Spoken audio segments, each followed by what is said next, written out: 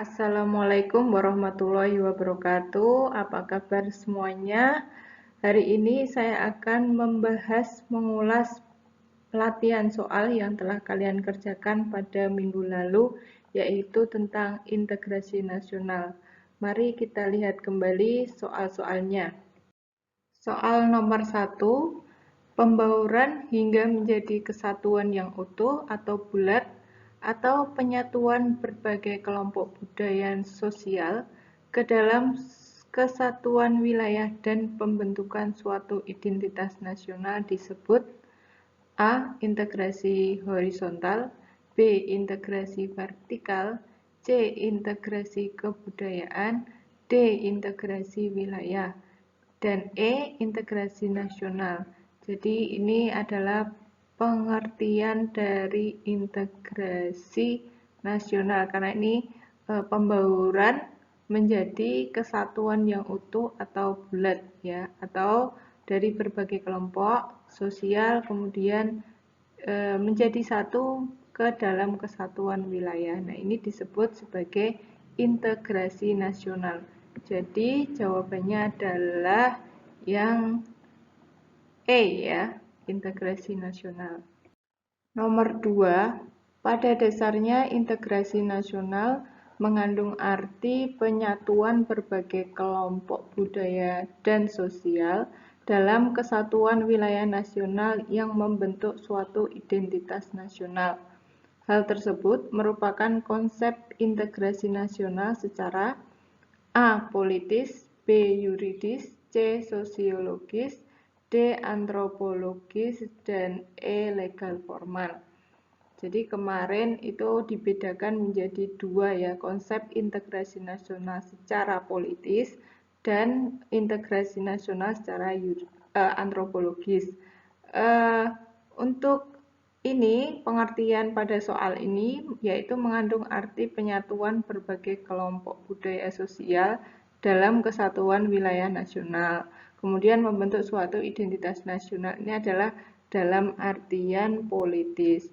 Nah, sedangkan dalam artian antropologis itu adalah berarti penyesuaian di antara unsur-unsur kebudayaan yang berbeda sehingga mencapai suatu keserasian fungsi dalam kehidupan masyarakat. Itu kalau secara antropologis. Jadi dalam soal ini adalah konsep integrasi nasional secara politis. Jadi jawabannya adalah A. Nomor 3, integrasi nasional pada hakikatnya adalah sebagai proses penyatuan suatu bangsa yang mencakup semua aspek kehidupannya, yaitu aspek sosial, politik, ekonomi, dan budaya. Berdasarkan hal tersebut, integrasi nasional mengandung makna.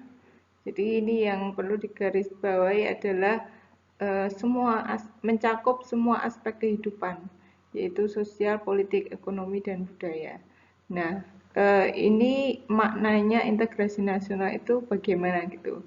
Nah, A. Upaya menyatukan suatu suku bangsa, adat, dan golongan. B. Penggabungan dua unsur kebudayaan atau lebih. C. Keinginan bersatu sebagai hasrat bangsa yang merdeka. D. Proses mempersatukan keberagaman bangsa Indonesia. E. Adanya kekuatan bangsa berdasarkan perbedaan sara. Nah, ini maksudnya bukan F ya, ini gabung dengan yang di E ya, perbedaan sara. Jadi ini tadi yang ditanyakan adalah ini, apa namanya, disebut dalam artian bagaimana gitu. Jadi karena tadi mencakup aspek kehidupan yang begitu luas, maka dari segi sosial, politik, ekonomi, budaya itu menunjukkan bahwa keberagaman bangsa Indonesia itu sangat kompleks ya. Maka di sini integrasi nasional mengandung makna bahwa itu terjadi suatu proses mempersatukan keberagaman tersebut. Jadi jawabannya adalah yang D, yaitu proses mempersatukan keberagaman bangsa Indonesia. Nomor 4, integrasi nasional adalah suatu usaha dan proses mempersatukan perbedaan yang ada pada bangsa Indonesia yang menganut semboyan Bhinneka Tunggal Ika, yang artinya berbeda-beda tetapi tetap satu jua, sehingga terciptanya keserasian dan keselarasan secara nasional. Agar kebinekaan itu tidak menimbulkan disintegrasi bangsa, maka diperlukan sikap dan perilaku yaitu titik-titik. Jadi di sini yang ditanyakan adalah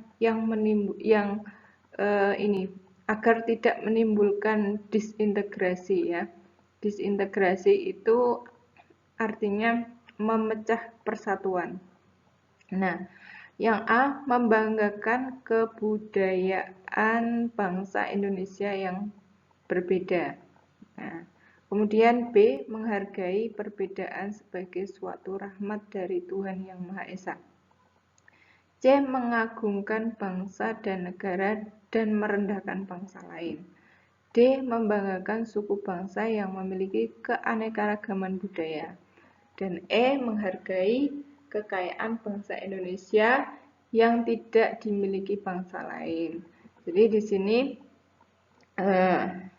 kalau A ini kan membanggakan, jadi membanggakan itu berarti sikap yang agak ini ya, cenderung yang negatif gitu ya. Kemudian yang B, menghargai. Nah, kalau menghargai ini adalah sikap yang yang baik ya, menghargai perbedaan itu sebagai rahmat Tuhan. Kemudian C, mengagungkan bangsa dan negara. Nah, ini apalagi mengagungkan bangsa sendiri dan merendahkan bangsa lain. Nah, ini negatif ya, sikap yang negatif. Kemudian membanggakan suku bangsa yang memiliki keanekaragaman budaya. Nah, membanggakan suku bangsa yang memiliki keanekaragaman. Nah, ini juga membanggakan itu nanti ke arah ini ya, yang negatif ya. Kemudian menghargai kekayaan bangsa Indonesia yang tidak dimiliki bangsa lain. Ya, ini bisa dilakukan ya, menghargai, tapi di sini lebih tepatnya adalah jadi membanggakan juga boleh ya, menghargai, membanggakan sebenarnya. Tapi lebih baik adalah sikap yang diperlukan itu lebih baik menghargai gitu. Menghargai adanya perbedaan sebagai suatu rahmat dari Tuhan Yang Maha Esa. Jawabannya B ya. Nomor 5, integrasi merujuk pada proses penyatuan berbagai kelompok budaya dan sosial ke dalam suatu kesatuan wilayah dalam rangka pembentukan suatu identitas nasional. Integrasi biasanya mengandalkan adanya satu masyarakat yang secara etnis majemuk dan setiap kelompok masyarakat memiliki bahasa dan sifat-sifat kebudayaan yang berbeda. Pernyataan tersebut dikemukakan oleh A. John Locke, B. Myron Weiner, C. Howard Wirigin, D. Nazaruddin Syamsuddin, dan E. J. Sujati Jiwandono ya. Ini seperti yang pernah saya jelaskan. Jadi ini merujuk pada pernyataan atau yang dikemukakan oleh Myron Weiner ya. Jadi jawabannya adalah B. Myron Weiner, yaitu ini ya. Jelas kalian bisa lihat ya di slide yang kemarin saya jelaskan. Jadi jawabannya adalah B. Nomor 6, pada dasarnya integrasi nasional ini sebagai proses penyatuan suatu bangsa yang mencakup semua aspek kehidupannya, yaitu aspek sosial, politik, ekonomi, dan budaya. Integrasi juga meliputi aspek vertikal dan horizontal. Pernyataan tersebut dikemukakan oleh A. John Locke, B. Myron Weiner, C. Howard Wirigin, D. Nazaruddin Syamsuddin, dan E. Sujati Jiwandono. Ini sama ya, merupakan pengertian atau konsep integrasi nasional yang disampaikan oleh beberapa ahli ini. Jadi yang tadi adalah Myron Wenner, kemudian yang nomor 6 ini mencakup semua ya, semua aspek kehidupannya. Ini menurut yaitu aspek vertikal dan horizontal. Jadi pernyataan ini dikemukakan oleh Nazaruddin Samsudin ya. Mungkin ini yang kemarin di dalam soal itu optionnya masih kurang. Jadi ini jawabannya adalah D, yaitu Nazaruddin Samsudin.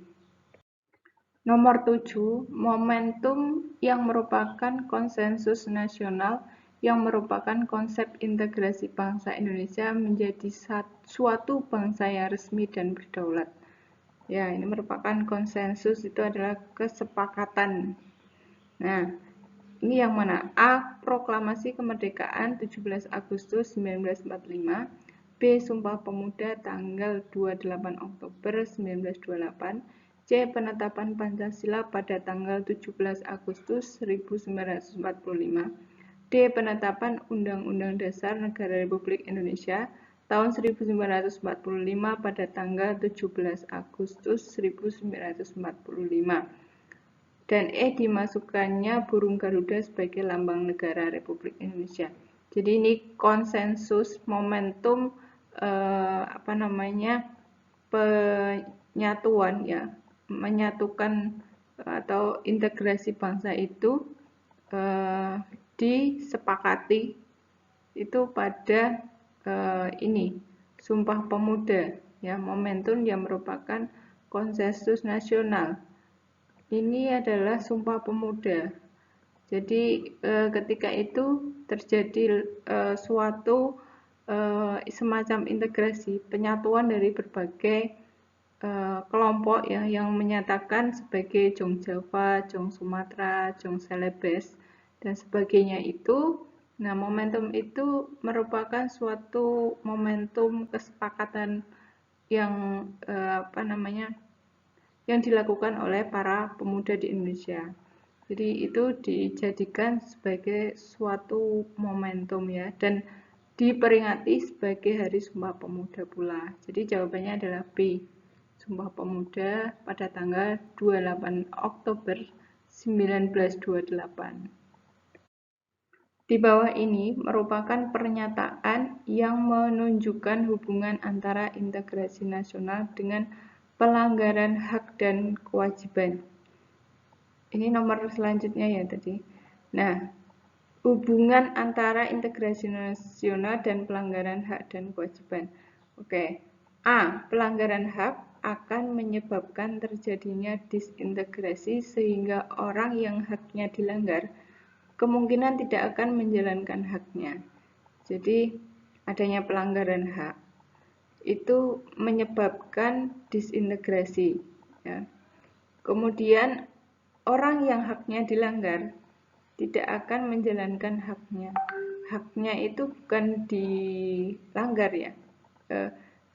Maksudnya seseorang itu tidak bisa melanggar haknya sendiri. Kalau mengingkari kewajibannya sendiri bisa ya. Jadi yang melanggar hak itu misalkan negara yang melakukan pelanggaran terhadap warga negaranya. Nah, kalau ini kan orang yang haknya dilanggar kemungkinan tidak akan menjalankan haknya. Ini tidak ya yang A. Kemudian B, pelanggaran hak menyebabkan terjadinya disintegrasi sehingga orang yang haknya dilanggar kemungkinan tidak akan menjalankan kewajibannya. Nah, ini pelanggaran hak itu benar ya, bisa menyebabkan disintegrasi. Sehingga orang yang haknya dilanggar itu kemungkinan tidak akan menjalankan kewajibannya. Nah, ini bisa jadi ini. Kalau C, pelanggaran hak orang akan menyebabkan disintegrasi.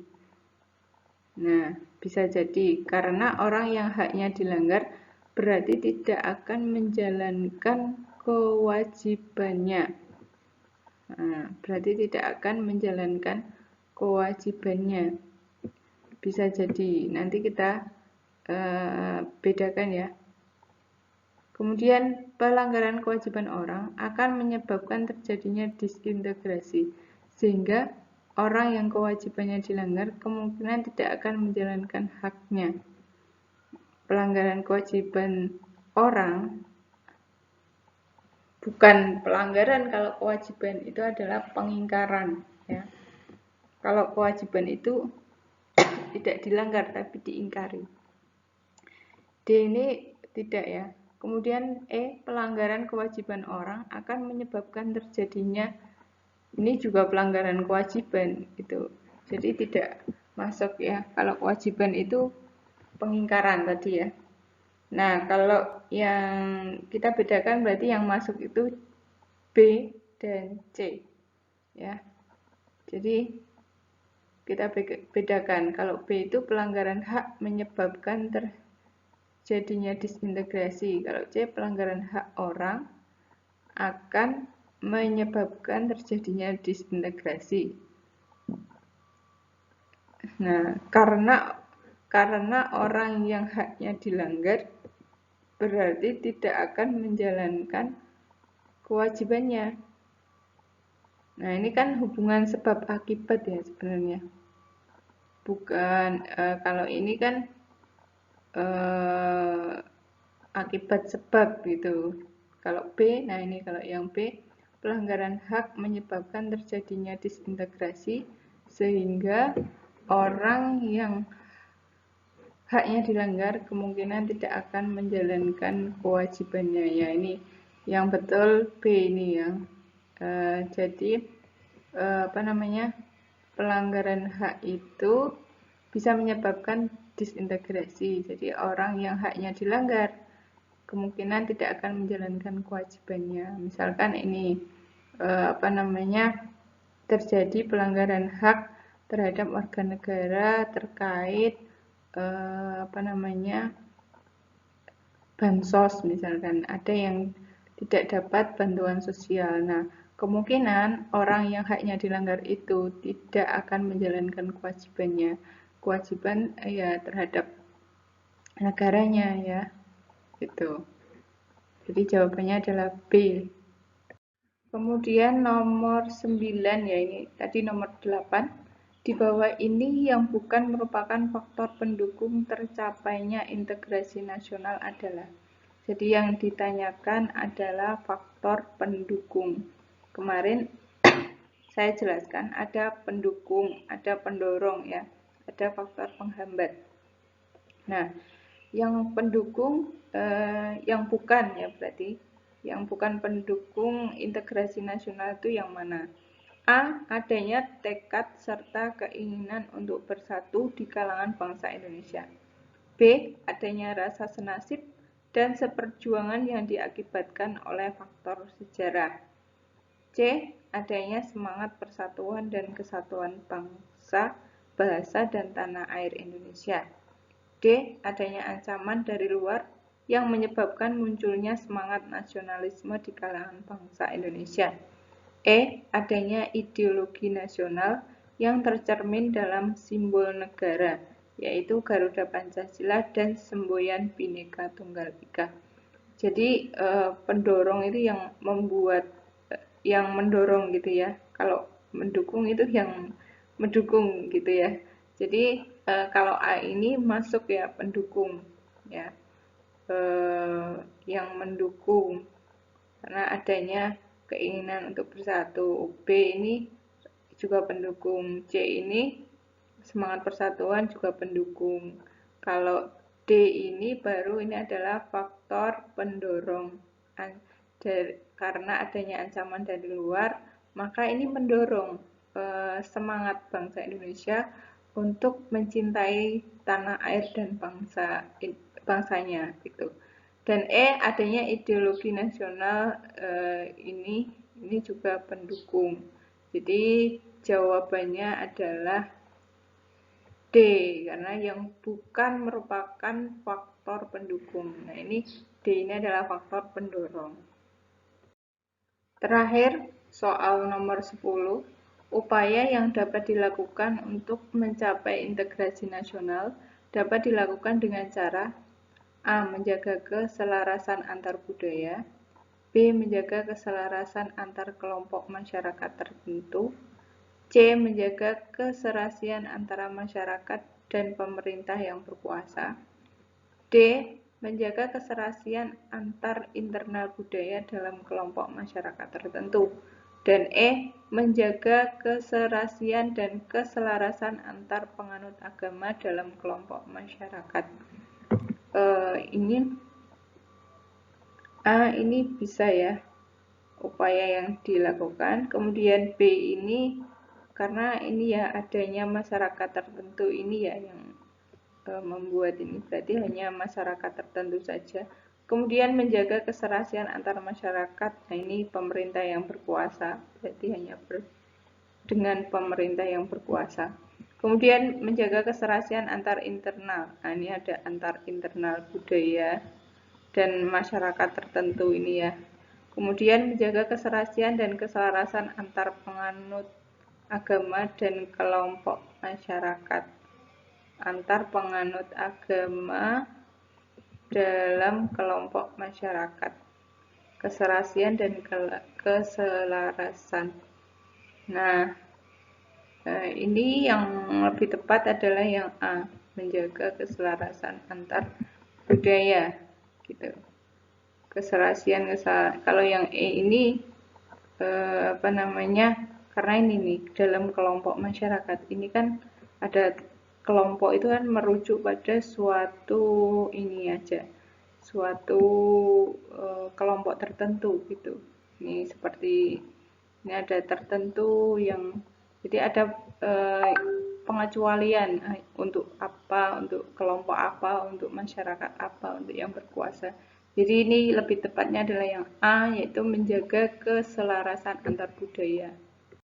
Demikian tadi pembahasan soal yang kalian sudah kerjakan dalam latihan minggu lalu. Jadi terima kasih. Jika ada pertanyaan silakan bisa ditanyakan. Jika masih kurang paham silakan ditanyakan. Semoga ini membantu dalam memahami dan bisa bermanfaat. Terima kasih. Wassalamualaikum warahmatullahi wabarakatuh.